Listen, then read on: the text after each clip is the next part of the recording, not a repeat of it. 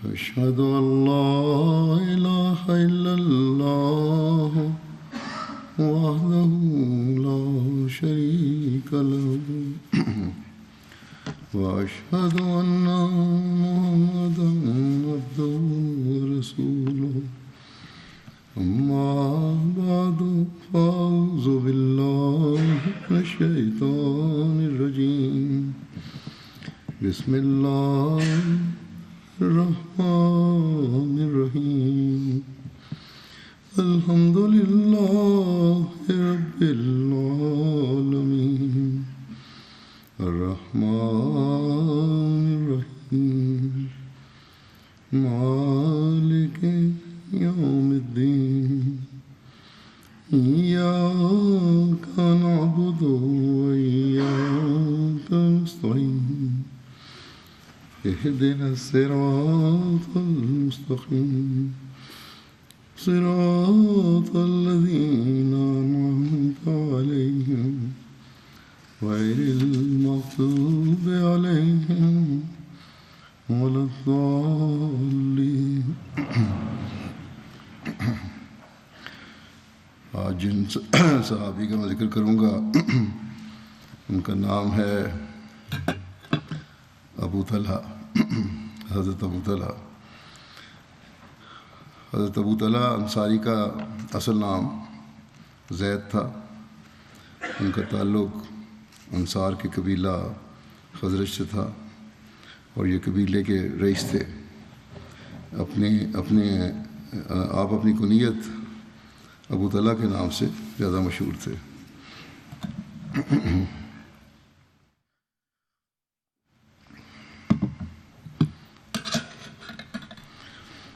حضرت ابو طلحہ کے والد کا نام سہل بن اسود اور والدہ کا نام عبادہ بنت مالک تھا. حضرت ابو طلحہ نے بیعت عقبہ ثانیہ میں حضرت صلی اللہ علیہ وسلم کے ہاتھ پر بیعت کی توفیق پائی. آپ غزوہ بدر اور دیگر تمام غزوات میں بھی حضرت صلی اللہ علیہ وسلم کے ہمراہ شریک ہوئے. جب حضرت ابو عبیدہ بن جراح ہجرت کر کے مدینہ تشریف لائے تو رسول اللہ صلی اللہ علیہ وسلم نے ان کی حضرت ابو طلحہ کے ساتھ مواخات قائم فرمائی. حضرت ابو طلحہ کا رنگ گندمی اور قد متوسط تھا، درمیانہ تھا. آپ نے کبھی سر اور داڑھی کے بالوں پر خضاب نہیں لگایا، جس طرح تھے بال ویسے رکھے. حضرت انس حضرت ابو طلحہ کے ربیب یعنی بیوی کے پہلے خاوند سے بیٹے تھے. حضرت ام سلیم کے پہلے خاوند مالک بن نضر تھے. ان کے فوت ہونے کے بعد حضرت ابو طلحہ سے ان کی شادی ہوئی، جن سے ان کے ہاں عبداللہ اور ابو عمیر کی ولادت ہوئی. حضرت انس بیان کرتے ہیں کہ ابو طلحہ نے ام سلیم کو نکاح کا پیغام بھجوایا. ام سلیم نے کہا کہ اللہ کی قسم مجھے آپ جیسے آدمی سے نکاح کا انکار نہ ہوتا، لیکن آپ مشرک ہیں اور میں مسلمان. یہ سنن نسائی کی روایت ہے. اور میں مسلمان عورت ہوں، میرے لیے جائز نہیں کہ میں آپ سے نکاح کروں. اگر آپ اسلام قبول کر لیں تو یہی میرا مہر ہوگا اور میں اس کے سوا کچھ نہیں مانگوں گی. حضرت ابو طلحہ نے اسلام قبول کر لیا اور یہی ان کا مہر مقرر ہوا. حضرت ثابت رضی اللہ عنہ کہا کرتے تھے کہ میں نے اسلام میں آج تک کسی عورت کے بارے میں نہیں سنا کہ اس کا مہر ایسا قابل عزت ہو جیسا کہ ام سلیم کا مہر تھا. حضرت ابو طلحہ غزوہ بدر میں حضرت صلی اللہ علیہ وسلم کے ساتھ شامل تھے. حضرت ابو طلحہ بیان کرتے ہیں کہ نبی کریم صلی اللہ علیہ وسلم جنگ بدر کے دن سرداران قریش میں سے 24 آدمیوں کی نسبت نبی صلی اللہ علیہ وسلم نے جنگ بدر کے دن سرداران قریش میں سے 24 آدمیوں کی نسبت حکم دیا اور انہیں بدر کے کنوؤں میں سے ایک ناپاک کنویں میں ڈال دیا گیا. اور آپ جب کسی قوم پر غالب آتے تو میدان میں 3 راتیں قیام فرماتے. جب آپ بدر میں ٹھہرے اور تیسرا دن ہوا تو آپ نے اپنی اونٹنی پر کجاوا باندھنے کا حکم دیا، اور چنانچہ اس پر کجاوا باندھا گیا۔ پھر آپ صلی اللہ علیہ وسلم چلے اور آپ کے صحابہ بھی آپ کے ساتھ چلے، اور کہنے لگے کہ ہم سمجھتے ہیں کہ آپ کسی غرض کے لیے ہی چلے تھے۔ آپ اسی کنویں کی منڈیر پر پہنچ کر کھڑے ہو گئے جہاں 24 آدمیوں کی لاشیں ڈالی گئی تھیں، بند کنواں تھا۔ آپ ان کے اور ان کے باپوں کے نام لے کر پکارنے لگے کہ اے فلاں فلاں کے بیٹے، اے فلاں فلاں کے بیٹے، کیا اب تم کو اس بات سے خوشی ہوگی کہ تم نے اللہ اور اس کے رسول کی فرمانبرداری کی ہوتی، کیونکہ ہم نے تو سچ سچ پا لیا جو ہمارے رب نے ہم سے وعدہ کیا تھا۔ آیا تم نے بھی واقعی وہ پا لیا ہے جو تمہارے رب نے تم سے وعدہ کیا تھا؟ ابو طلحہ کہتے تھے کہ حضرت عمر نے کہا یا رسول اللہ، آپ ان لاشوں سے کیا باتیں کر رہے ہیں جن میں جان نہیں ہے؟ رسول اللہ صلی اللہ علیہ وسلم نے فرمایا، اس ذات کی قسم جس کے ہاتھ میں محمد کی جان ہے کہ تم ان سے زیادہ نہیں سن رہے ان باتوں کو جو میں کہہ رہا ہوں، یعنی یہ باتیں اب اللہ تعالیٰ ان تک پہنچا بھی رہا ہے کہ کیا تمہارا بد انجام ہوا۔ حضرت انس بیان کرتے ہیں کہ جب احد کی جنگ ہوئی تو لوگ شکست کھا کر نبی کریم صلی اللہ علیہ وسلم سے جدا ہو گئے، اور حضرت ابو طلحہ نبی صلی اللہ علیہ وسلم کے سامنے آپ کو اپنی ڈھال سے آڑ میں لیے کھڑے رہے، اور حضرت ابو طلحہ ایسے تیر انداز تھے کہ زور سے کمان کھینچا کرتے تھے۔ انہوں نے اس دن 2 یا 3 کمانیں توڑی، یعنی اتنی زور سے کھینچتے تھے کہ کمان ٹوٹ جاتی تھی، اور جو کوئی آدمی تیروں کو ترکش آپ اپنے ساتھ لیے گزرتا تو حضرت صلی اللہ علیہ وسلم فرماتے کہ ابو طلحہ کے لیے پھینک دو، یعنی کہ دوسروں کے نصیحت کرتے کہ تیر انداز بہت ہیں، اپنے تیر بھی انہیں کو دے دو۔ یہ آج وسلم کے سامنے کھڑے تھے اس وقت۔ حضرت انس کہتے تھے کہ نبی صلی اللہ علیہ وسلم سر اٹھا کر لوگوں کو دیکھتے تو حضرت ابو طلحہ کہتے بے ابی انتا و امی یا رسول اللہ لا یصیبو کا سہم نہری دون نہرک، میرے ماں باپ آپ پر قربان، سر اٹھا کر نہ دیکھیں، مبادہ ان لوگوں کی تیروں میں سے کوئی تیر آپ کو لگے، میرا سینہ آپ کے سینے کے سامنے ہے۔ حضرت انس بن مالک بیان کرتے ہیں کہ حضرت ابو طلحہ ایک ہی ڈھال سے نبی صلی اللہ علیہ وسلم کی حفاظت کرتے تھے، اور حضرت ابو طلحہ اچھے تیر انداز تھے، جب وہ تیر چلاتے تو نبی صلی اللہ علیہ وسلم جھانکتے اور ان کے تیر پڑنے کی جگہ کو دیکھتے۔ یہ بخاری کی روایت ہے، پہلی بھی بخاری کی تھی۔ غزوہ احد میں حضرت ابو طلحہ کے اس شعر کے پڑھنے کا بھی ذکر آتا ہے کہ وجہی لوجہک البقاء و نفسی لنفسک الفداء، میرا چہرہ آپ کے چہرے کو بچانے کے لیے ہے اور میری جان آپ کی جان پر قربان ہے۔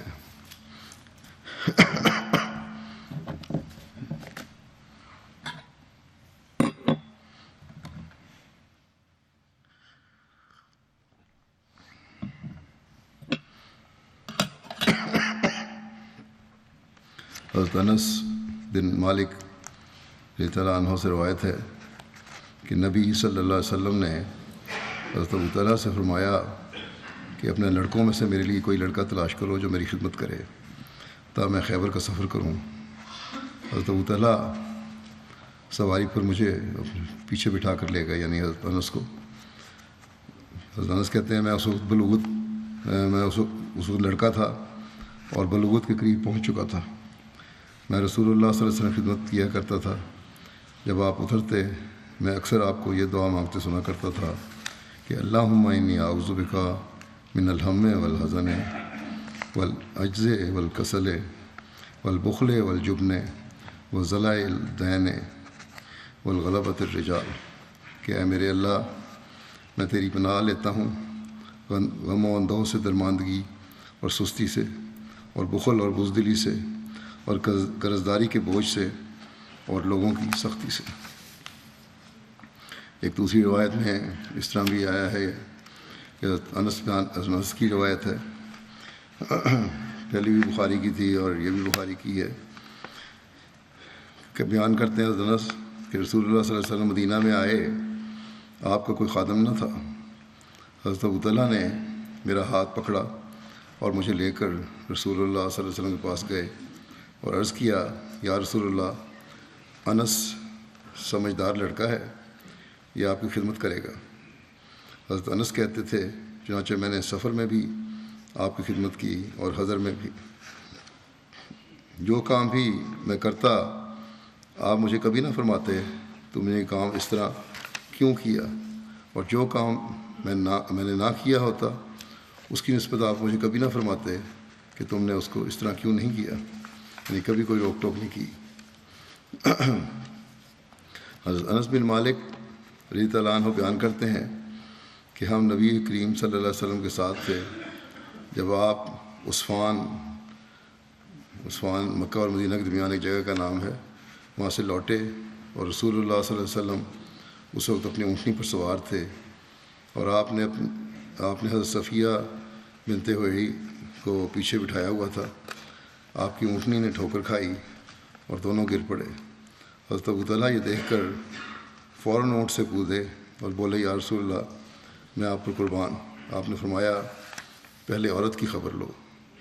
حضرت ابو طلحہ نے اپنے منہ پر کپڑا ڈال لیا اور حضرت صفیہ کے پاس آئے اور وہ کپڑا ان پر ڈالا، یعنی پردے کا اتنا لحاظ تھا ان کو، اور ان دونوں کی سواری درست کی جس پر وہ سوار ہو گئے، اور ہم نے رسول اللہ صلی اللہ علیہ وسلم کے گرد حلقہ بنا لیا۔ جب ہم مدینے کی بلندی پر پہنچے تو آپ نے فرمایا صلی اللہ علیہ وسلم نے کہ آئبون تائبون عابدون لربنا حامدون، ہم لوٹ کر آنے والے ہیں، ہم اپنے رب کے حضور توبہ کرنے والے ہیں، اپنے رب کی عبادت کرنے والے اور اپنے رب کی ستائش کرنے والے ہیں۔ آپ اس وقت تک کہ مدینہ میں داخل ہوئے یہی کلمات فرماتے رہے۔ حضرت مسلم رضی اللہ عنہ اس واقعہ کا ذکر کرتے ہوئے فرماتے ہیں کہ ایک دفعہ جب کہ آپ غزوہ خیبر سے واپس تشریف لا رہے تھے اور آپ کی بیوی حضرت صفیہ بھی آپ کے ساتھ تھیں، راستے میں اونٹ بھی دک گیا اور آپ اور حضرت صفیہ دونوں گر گئے۔ حضرت ابو طلحہ انصاری کا اونٹ آپ کے پیچھے ہی تھا، وہ فوراً اپنے اونٹ سے کود کر آپ کی طرف گئے اور کہنے لگے، یا رسول اللہ، میری جان آپ پر قربان، آپ کو کوئی چوٹ تو نہیں آئی؟ جب ابو طلحہ آپ کے پاس پہنچے تو رسول کریم صلی اللہ علیہ وسلم نے فرمایا، ابو طلحہ، پہلے عورت کی طرف 2 دفعہ فرمایا۔ وہ تو رسول کریم صلی اللہ علیہ وسلم کے عاشق تھے۔ مسلم فرماتے ہیں کہ حضرت طلحہ تو رسول کریم صلی اللہ علیہ وسلم کے عاشق تھے، جب آپ کی جان کا سوال ہو اس وقت انہیں کوئی اور کیسے نظر آ سکتا تھا، مگر رسول کریم صلی اللہ علیہ وسلم نے فرمایا، جاؤ اور پہلے عورت کو اٹھاؤ۔ یہ عورت کے حقوق کے بارے میں بیان فرما رہے تھے، اس وقت یہ واقعہ آپ نے بیان فرمایا۔ حضرت انس بیان کرتے ہیں کہ رسول اللہ صلی اللہ علیہ وسلم نے خیبر پر حملہ کیا اور ہم نے اس کے قریب جا کر صبح کی نماز پڑھی جبکہ ابھی اندھیرا ہی تھا۔ پھر نبی کریم صلی اللہ علیہ وسلم سوار ہوئے اور حضرت ابو طلحہ بھی سوار ہوئے اور میں حضرت ابو طلحہ کے ساتھ پیچھے سوار تھا۔ نبی صلی اللہ علیہ وسلم نے خیبر کی گلی میں گھوڑا دوڑایا اور میرا گھٹنا نبی صلی اللہ علیہ وسلم کی ران کے ساتھ چھو رہا تھا، اتنے قریب تھے دونوں۔ اور پھر آپ نے گرمی کی وجہ سے، ویسے آرام کی وجہ سے، اپنی ران سے اپنا تہبند ہٹایا، یعنی ٹانگ سے ذرا اوپر کیا گھٹنے سے، تو کہتے ہیں یہاں تک کہ میں نے نبی صلی اللہ علیہ وسلم کی ران کی سفیدی دیکھی۔ ران سے مراد یہاں ہے گھٹنے سے اوپر کا حصہ۔ جب آپ گاؤں میں داخل ہوئے اور فرمایا، اللہ اکبر، خربت خیبر انا اذا نزلنا بساحت قوم فساء صباح المنظرین۔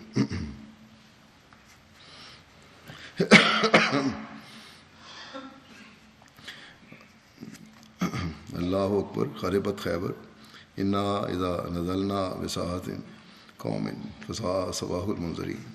اللہ ہی سب سے بڑا ہے، خیبر ویران ہو گیا۔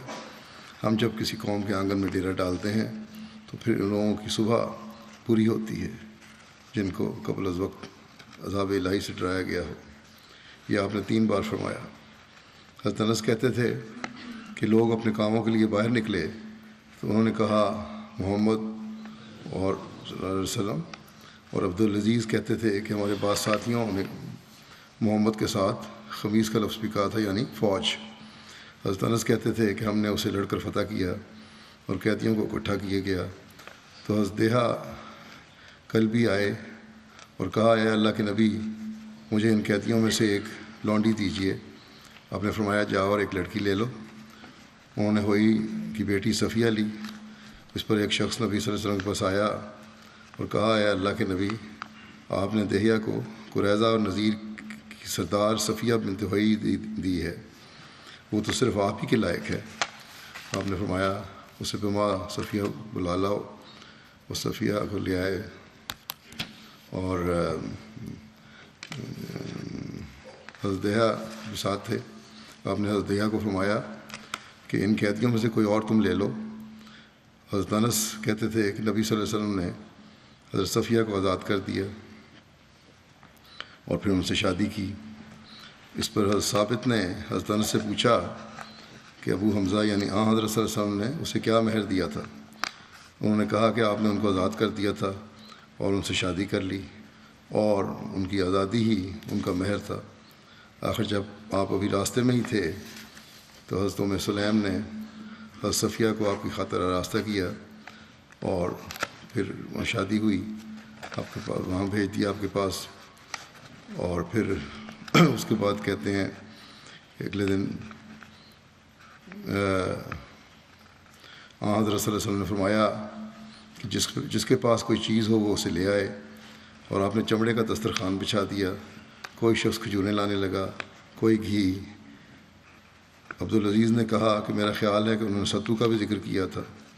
کہتے تھے پھر انہوں نے ان سب کو آپس میں ملا کر گون دیا، اور یہی رسول اللہ صلی اللہ علیہ وسلم کے ولیمے کی دعوت تھی۔ ایک دوسری روایت میں اس طرح بھی آتا ہے کہ قلعہ کی فتح کے بعد حضرت صفیہ دیہا کے حصے میں آئیں۔ صحابہ کرام صلی اللہ علیہ وسلم نے، بہت سارے صحابی، ایک صحابی نہیں کافی لوگوں نے کہا، رسول اللہ صلی اللہ علیہ وسلم کے پاس آ کر ان کی تعریف و توصیف کرنا شروع کی، اور یہ بھی کہ مقام و مرتبہ کے اعتبار سے حضرت صفیہ کے لیے یہ زیادہ مناسب ہے کہ آپ اپنے لیے انہیں منتخب فرما لیں، آپ شادی کریں ان سے۔ چنانچہ رسول اللہ صلی اللہ علیہ وسلم نے حضرت دیہا کے پاس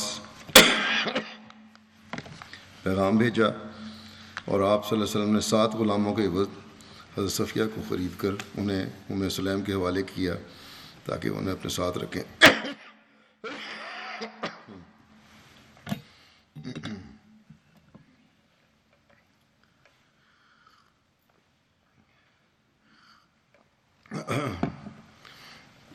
پھر جیسا کہ پہلے ذکر ہو چکا ہے کہ آپ نے پھر ان سے شادی کر لی۔ حضرت انس بن مالک سے روایت ہے کہ رسول اللہ صلی اللہ علیہ وسلم نے فرمایا اس دن یعنی حنین کے دن کہ جو شخص کسی کافر کو قتل کرے گا تو اس کافر کا مال و اسباب اسی شخص کو ملے گا۔ اس دن حضرت ابو طلحہ نے 20 کافروں کو قتل کیا اور ان کا سامان بھی لیا، اور حضرت ابو طلحہ نے حضرت ام سلیم کو دیکھا کہ ان کے پاس ایک خنجر ہے۔ انہوں نے پوچھا ہے ام سلیم یہ کیا ہے؟ انہوں نے کہا اللہ کی قسم میرا ارادہ یہ ہے کہ اگر کوئی کافر میرے قریب آئے تو میں اسے خنجر سے اس کا پیٹ پھاڑ دوں۔ حضرت ابو طلحہ نے یہ رسول اللہ صلی اللہ علیہ وسلم کو کوئی بات بتائی۔ سنن ابو داؤد کی روایت ہے۔ حضرت انس روایت کرتے ہیں کہ نبی صلی اللہ علیہ وسلم نے فرمایا کہ لشکر میں تنہا ابو طلحہ کی آواز ایک جماعت پر بھاری ہوتی ہے۔ بعض دوسری روایات میں ایک جماعت کے بجائے میات و رجل یعنی 100 آدمیوں اور الفا رجل یعنی 1000 آدمی کا بھی ذکر ملتا ہے کہ اتنی بڑی بلند آواز تھی ان کی۔ حضرت ابو طلحہ 34 ہجری میں مدینہ میں فوت ہوئے، اور حضرت عثمان نے آپ کی نماز جنازہ پڑھائی۔ اس وقت آپ کی عمر 70 سال تھی، جبکہ اہل بصرہ کے نزدیک آپ کی وفات ایک سمندری سفر کے دوران ہوئی اور ایک جزیرے میں آپ کو دفن کیا گیا۔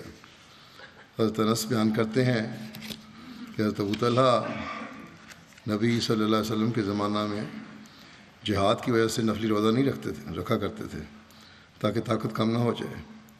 اور حضرت مانس مزید فرماتے ہیں کہ جب نبی صلی اللہ علیہ وسلم کی وفات ہوئی تو میں نے سوائے عید الفطر یا عید الاضحیٰ کے دن کے کبھی ان کو بے روزہ نہیں دیکھا. اس کے بعد پھر باقاعدگی سے روزے رکھنے لگے. حضرت ابو طلحہ کی مہمان نوازی کا ایک واقعہ یوں ملتا ہے. حضرت ابو ہریرہ سے روایت ہے کہ ایک شخص نبی صلی اللہ علیہ وسلم کے پاس آیا. آپ نے اپنی ازواج کی طرف کسی کو بھیجا. انہوں نے جواب دیا ہمارے پاس سوائے پانی کے اور کچھ نہیں.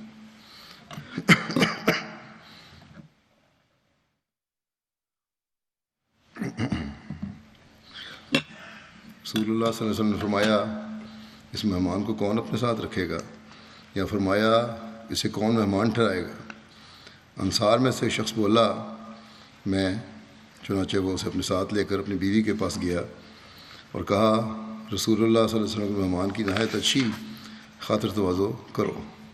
وہ بولی ہمارے پاس تو کچھ بھی نہیں مگر اتنا کھانا ہے جو میرے بچوں کے لیے مشکل سے کافی ہو. اس نے کہا اپنے اس کھانے کو تیار کر لو اور چراغ بھی جلاؤ اور اپنے بچوں کو جب وہ شام کا کھانا مانگیں سلا دینا.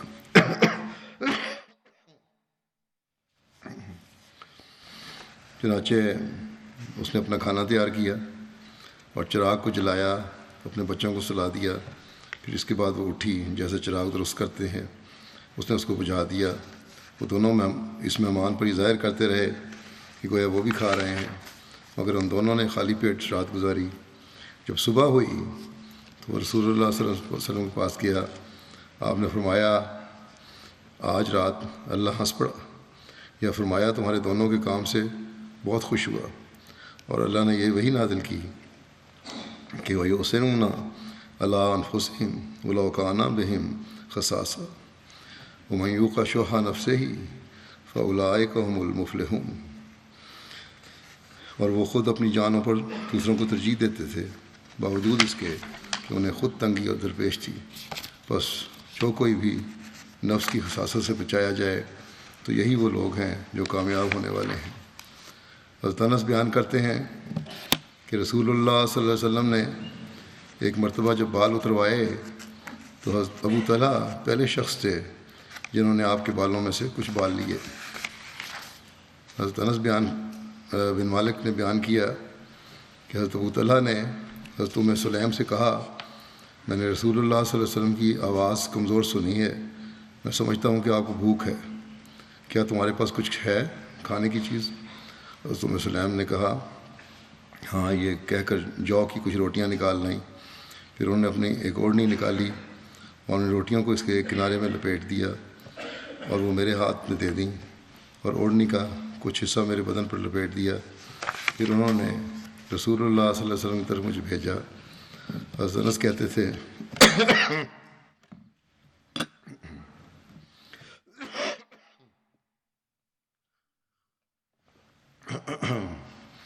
کہ میں وہ لے کر چلا گیا تو رسول اللہ صلی اللہ علیہ وسلم کو مسجد میں پایا. آپ کے ساتھ کچھ لوگ تھے. میں پاس کھڑا ہو گیا تو رسول اللہ صلی اللہ علیہ وسلم نے فرمایا کیا ابو طلحہ نے تجھے بھیجا ہے؟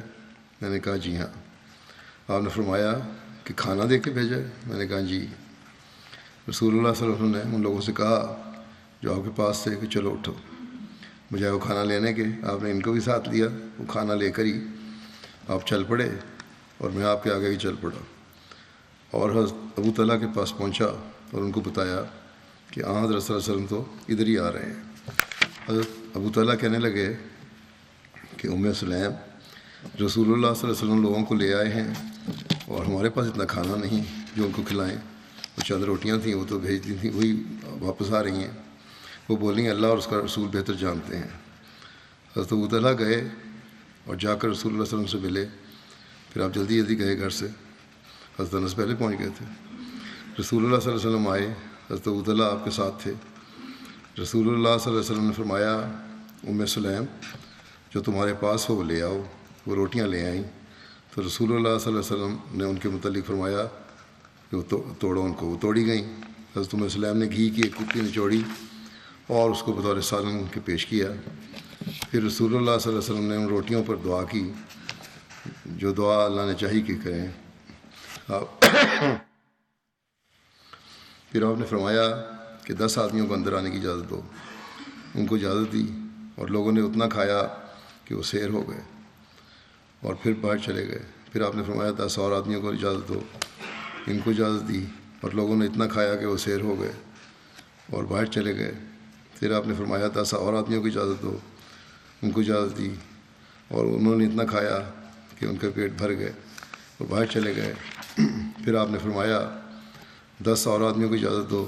ان کو اجازت دی اور لوگوں نے اتنا کھانا کھایا کہ وہ سیر ہو گئے اور باہر چلے گئے. غرض ان سب لوگوں نے کھایا اور پیٹ بھر کر کھایا اور وہ لوگ 70 یا 80 آدمی تھے. یہاں وسلم کی دعا کی برکات کا بھی ذکر ملتا ہے. وہاں یہی روایت ہے. وہ حضرت انس بن مالک بیان کرتے ہیں کہ ابو طلحہ مدینہ میں تمام انصاریوں سے کھجوروں کے زیادہ باغ رکھتے تھے اور ان کو سب سے زیادہ پیاری جداد بیرہا کا باغ تھا جو مسجد کے سامنے تھا اور نبی صلی اللہ علیہ وسلم اس میں آیا کرتے تھے اور وہاں کا صاف ستھرا پانی پیا کرتے تھے. حضرت انس کہتے تھے کہ جب یہ آیت اتری کہ لن تنالوا البر حتی تنفقوا مما تحبون، تم ہرگز نیکی کو پا نہیں سکو گے یہاں تک کہ تم ان چیزوں میں سے خرچ کرو جن سے تم محبت کرتے ہو. حضرت ابو طلحہ کھڑے ہو گئے اور کہا یا رسول اللہ صلی اللہ علیہ وسلم، اللہ تعالیٰ فرماتا ہے کہ لن تنالوا البر حتی تنفقوا مما تحبون، تم ہرگز نیکی کو پا نہیں سکو گے یہاں تک کہ تم ان چیزوں میں سے خرچ کرو جن سے تم محبت کرتے ہو. اور میری جائیداد میں سے مجھے سب سے پیارا باغ بیرہا ہے اور وہ اللہ کے لیے کے لیے صدقہ ہے. اب میں صدقہ اللہ کو دیتا ہوں. میں امید کرتا ہوں کہ اللہ کے ہاں مقبول نیکی ہوگی اور بطور ذخیرے کی ہوگی، اس لیے جہاں اللہ تعالیٰ آپ کو سمجھائے وہاں اسے خرچ کریں. آپ نے فرمایا شاباش، یہ فائدہ دینے والا مال ہے، یا فرمایا ہمیشہ رہنے والا مال ہے. آپ نے فرمایا کہ تم نے کہا ہے میں نے سن لیا ہے، میں مناسب سمجھتا ہوں کہ تم اسے اپنے قریبیوں میں ہی بانٹ دو. ابو طلحہ نے کہا یا رسول اللہ، حضور کے ارشاد کی تعمیل میں ایسے کیے دیتا ہوں. چنانچہ ابو طلحہ نے اس باغ کو اپنے قریبیوں اور اپنے چچا کے بیٹوں میں تقسیم کر دیا. حضرت ابو طلحہ کو اعزاز اور سعادت بھی حاصل ہے کہ وہ حضور صلی اللہ علیہ وسلم کی ایک بیٹی کی وفات پر آپ صلی اللہ علیہ وسلم کے ارشاد پر اس کی قبر میں اترے اور حضور کی صاحبزادی کی نعش مبارک کو قبر میں اتارا. حضرت انس بن مالک بیان کرتے ہیں کہ ایک بار مدینہ والے یکایک گھبرا گئے. نبی صلی اللہ علیہ وسلم حضرت ابو طلحہ کے گھوڑے پر سوار ہوئے جو آہستہ چلتا تھا، یہ کہا کہ جس کی رفتار سست تھی. جب آپ لوٹے تو آپ نے فرمایا حضرت ابو طلحہ کو کہ ہم نے تمہارے گھوڑے کو ایک دریا پایا ہے، بہت تیز چلتا ہے. اس کے بعد اس گھوڑے کا چلنے میں کوئی مقابلہ نہیں کر سکتا تھا. حضرت انس بیان کرتے ہیں کہ رسول اللہ صلی اللہ علیہ وسلم ہم سے مل جل جاتے تھے. میرے چھوٹے بھائی سے مزاحن فرماتے کہ اے ابو عمیر، نغیر نے کیا کیا؟ ابو عمیر نے ایک چڑیا پالی تھی، نغیر چڑیا کو کہتے ہیں، وہ مر گئی تو ان کو بڑا صدمہ تھا اس کا.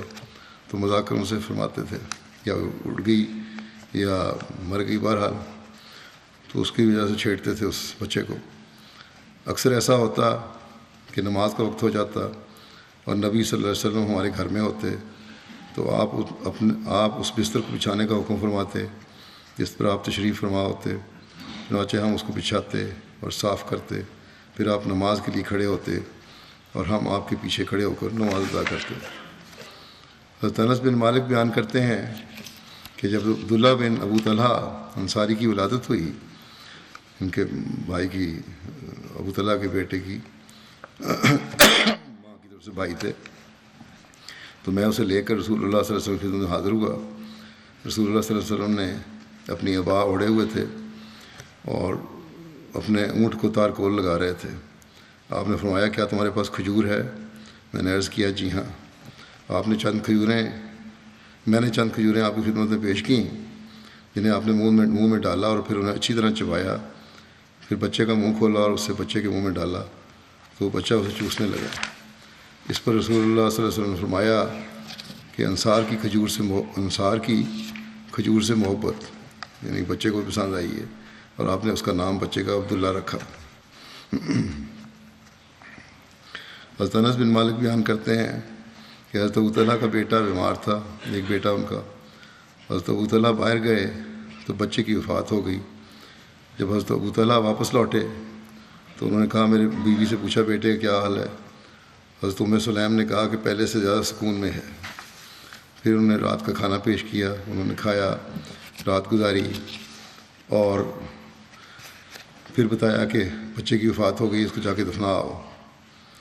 چنانچہ صبح حضرت ابو طلحہ نے یہ بات حضرت صلی اللہ علیہ وسلم کی خدمت میں عرض کی۔ حضرت صلی اللہ علیہ وسلم نے انہیں دعا دی، اولاد کی، اور اس کے بعد پھر ان کے یہاں بیٹا پیدا ہوا۔ حضرت مسلم موعود رضی اللہ عنہ نے اس واقعے کا یوں تذکرہ فرمایا ہے کہ مومن کے لیے جان کی قربانی پیش کرنا در حقیقت چیز ہی کوئی نہیں ہے۔ پھر آپ فرماتے ہیں کہ غالب کے متعلق لوگ بحثیں کرتے ہیں کہ وہ شراب پیا کرتا تھا یا نہیں پیا کرتا تھا، مگر آپ فرماتے ہیں میرا تو وہ رشتہ دار ہے، اور میں نے اپنی نانیوں اور پھوپھیوں سے سنا ہوا ہے کہ وہ شراب پیتا تھا۔ تو ایسا شخص جو شراب کا عادی تھا وہ بھی کہتا ہے کہ جان دی ہوئی اسی کی تھی، حق تو یہ ہے کہ حق ادا نہ ہوا۔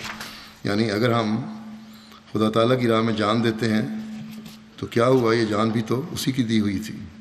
بس خدا تعالیٰ کے حکم کی تعمیل میں اگر کوئی شخص جان بھی دے دیتا ہے تو وہ کوئی بڑی قربانی نہیں کرتا، کیونکہ وہ جان بھی اسی کی چیز ہے، اور کسی کی امانت کو واپس کر دینا بڑی قربانی نہیں ہوتا۔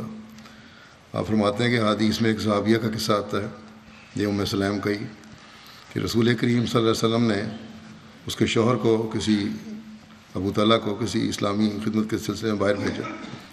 ان کا بچہ بیمار تھا اور ان اپنے بچے کی بیماری کا قدرتی طور پر فکر تھا۔ وہ صحابی جب واپس آئے تو ان کی غیر حاضری میں ان کا بچہ فوت ہو چکا تھا۔ ماں نے اپنے مردہ بچے پر کپڑا ڈال دیا، اور نہائی دھوئی اور خوشبو لگائی، اور بڑے حوصلے کے ساتھ اس نے اپنے خامد کا استقبال کیا۔ وہ صحابی جب گھر آئے تو انہوں نے آتے ہی سوال کیا کہ بچے کا کیا حال ہے؟ اس صحابیہ نے جواب دیا، بالکل آرام سے ہے۔ انہوں نے کھانا کھایا، پھر تسلی کے ساتھ آرام سے لیٹ گئے اور تعلقات زوجیت پورے بھی کیے۔ جب وہ اپنی بیوی سے مل چکے تو بیوی نے کہا کہ میں آپ سے ایک بات دریافت کرنا چاہتی ہوں۔ خاوند نے جواب دیا، کیا؟ بیوی نے کہا کہ اگر کوئی شخص کسی کے پاس امانت رکھ جائے اور کچھ عرصے کے بعد وہ چیز واپس لینا چاہے تو کیا وہ چیز اسے واپس کی جائے یا نہ کی جائے؟ انہوں نے جواب دیا کہ وہ کون بیوقوف ہوگا جو کسی کی امانت کو واپس نہیں کرے گا؟ بیوی نے کہا، آخر اسے افسوس تو ہوگا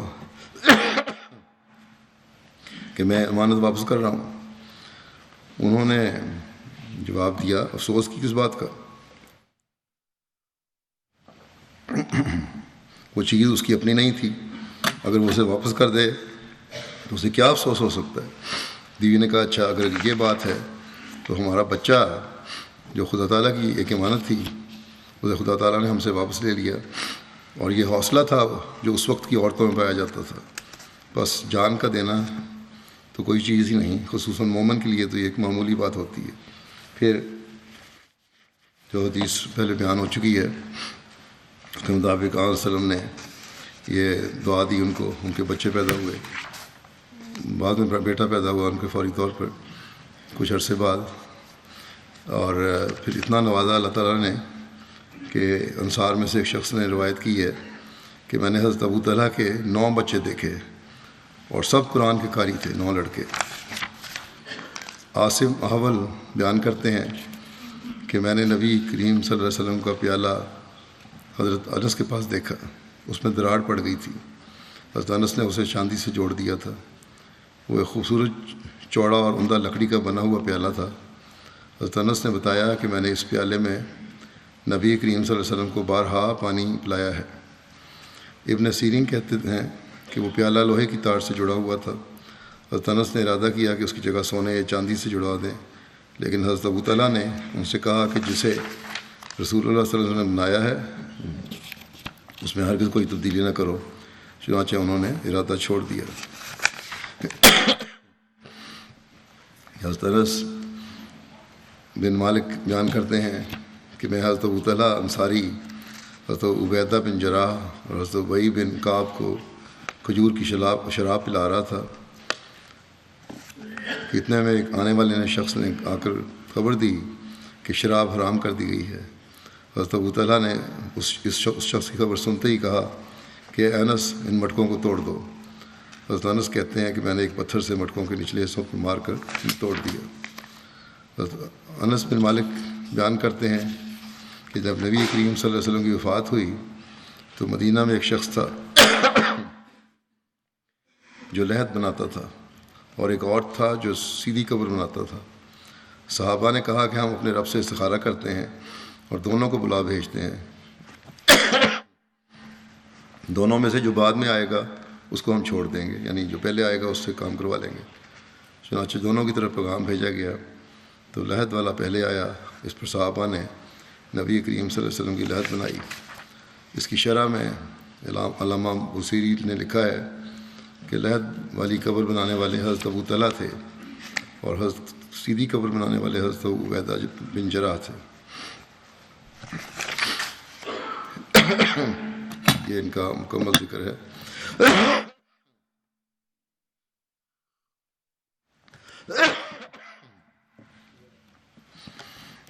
اب ایک مختصر ذکر میں ایک مرحوم کا کروں گا، ان کا جنازہ بھی پڑھاؤں گا نماز کے بعد۔ مکرم بابو محمد لطیف احمد صاحب نرسری، حضرت ابن حضرت میاں نور محمد صاحب حضرت مسیم علیہ السلام، جن کی وفات ہوئی ہے 26 جنوری 2020 کو روا میں 90 سال کی عمر میں۔ انا للہ و انا الیہ راجعون۔ اللہ تعالیٰ کے فضل سے مرحوم مرسی تھے۔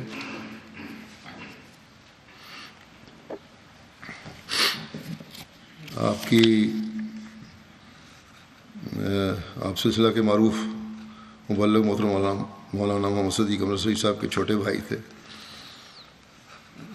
بابو لطیف صاحب کے والد محترم میاں نور محمد صاحب حضرت مسیح موعود علیہ السلام تھے۔ انہیں اوائل جوانی میں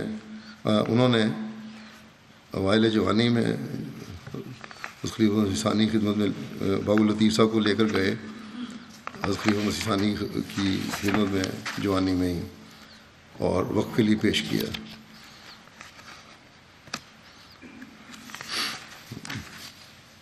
خلیفہ ثانی نے کہا کہ آپ کے 2 بیٹے ہیں، پہلے ایک بیٹا مربی ہو کے وقف زندگی ہے، یہ بھی ساری عمر وقف زندگی کی طرح ہی کام کرے گا۔ چنانچہ انہوں نے وقف کی طرح ہی کام کیا۔ آپ کو 4.5 سال بطور کلرک محکمہ ریلوے میں ملازمت کے بعد اکتوبر 1952 میں بطور کارکن سلسلہ کی خدمت کے لیے آپ نے اپنے آپ کو پیش کیا۔ خدمت سلسلہ کی توفیق ملی 1952 سے، اور ابتدائی تقرر وزارت بیت المال میں ہوا۔ پھر 1954 میں دفتر روزنامہ الفضل میں تبادلہ ہوا۔ 61 میں آپ کی ڈیوٹی بطور محرر پرائیویٹ سیکرٹری کے دفتر میں ہوئی۔ خلیفہ مسیح ثانی کے دور خلافت کے آخری 3 سال پرائیویٹ سیکرٹری دفتر میں، پھر خلیفہ مسیح ثالث کے دور خلافت میں، پھر ربا میں خلیفہ مسیح رابع کی ہجرت کے باوجود بھی یہاں دفتر پی ایس قائم رہا اور ابھی تک قائم ہے۔ وہاں 2014 تک ان کو خدمت کی توفیق ملی، اور 85 میں ان کو اسسٹنٹ پرائیویٹ سیکرٹری کی خدمت دی گئی، اور بڑی خوش اسلوبی سے انہوں نے اپنے فرائض سر انجام دیے۔ ان کا کل عرصہ خدمت 62 سال بنتا ہے، جس میں تقریباً 53 سال دفتر پرائیویٹ سیکرٹری میں مختلف حیثیتوں سے ان کو خدمت کی توفیق ملی۔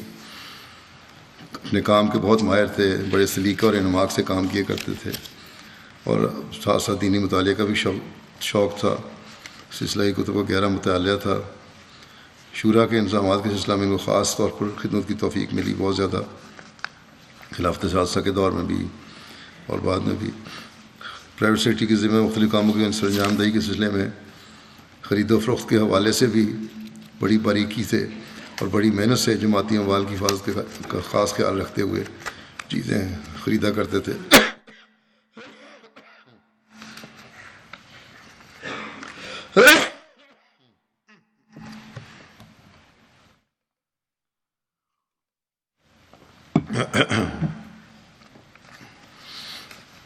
قیام پاکستان کے بعد ان کو وہاں حفاظت مرکز قادیان کی بھی توفیق ملی، وہاں کچھ عرصہ ہی رہے۔ وفات ان کی 5 بیٹیاں اور 1 بیٹا تھا۔ ان کی وفات سے چند دن پہلے ان کی 1 بیٹی بھی وفات پا گئی تھی، جو ظریف احمد قمر صاحب جو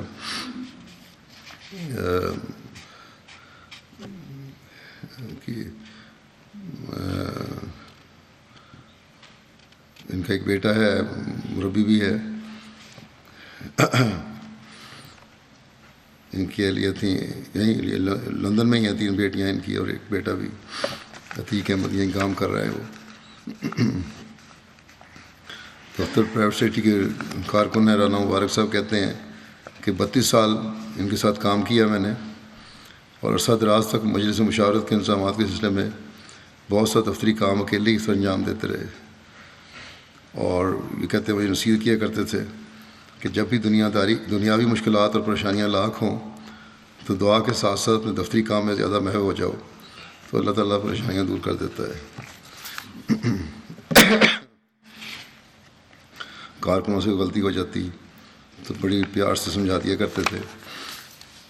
اسی طرح دوسرے کارکنان نے بھی یہی لکھا ہے کہ بہت محنت سے کام کرنے والے تھے، کارکنوں کی رہنمائی کرتے تھے، انجمن کے قواعد پر آپ کو بڑی دسترس تھی، تحریر بھی بہت عمدہ تھی، لفظوں کا انتخاب بھی بڑا اچھا کیا کرتے تھے۔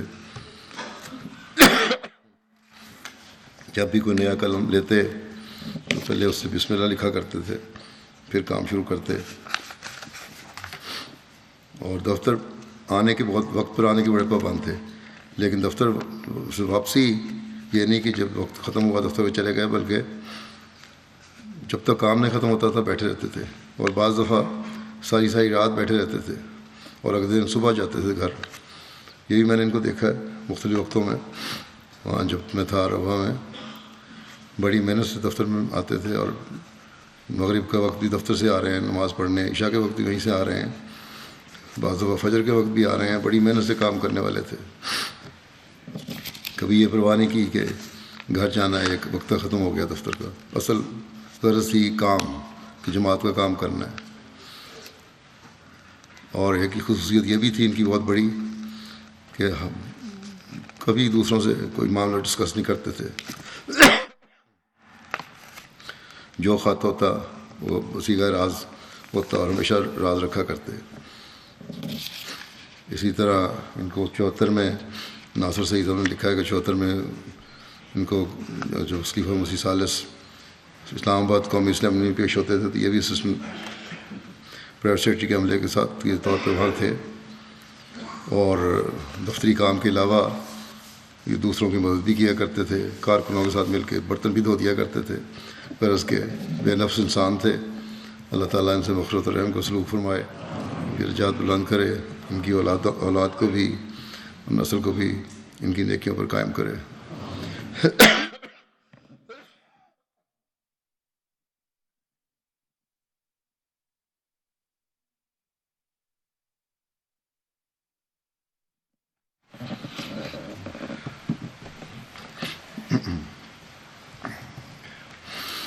الحمد لله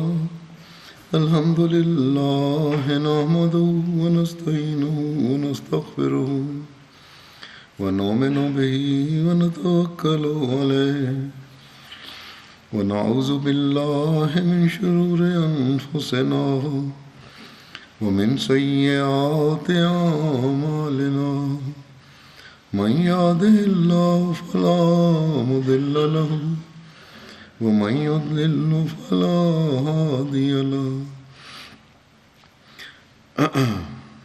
ونشهد أن لا إله إلا الله ونشهد أن محمدا عبده ورسوله عباد الله رحمكم الله إن الله يأمر بالعدل والإحسان وإيتاء ذي القربى وينهى عن الفحشاء والمنكر والبغي يعظكم لعلكم تذكرون اذكروا الله يذكركم وادعوه يستجب لكم ولذكر الله أكبر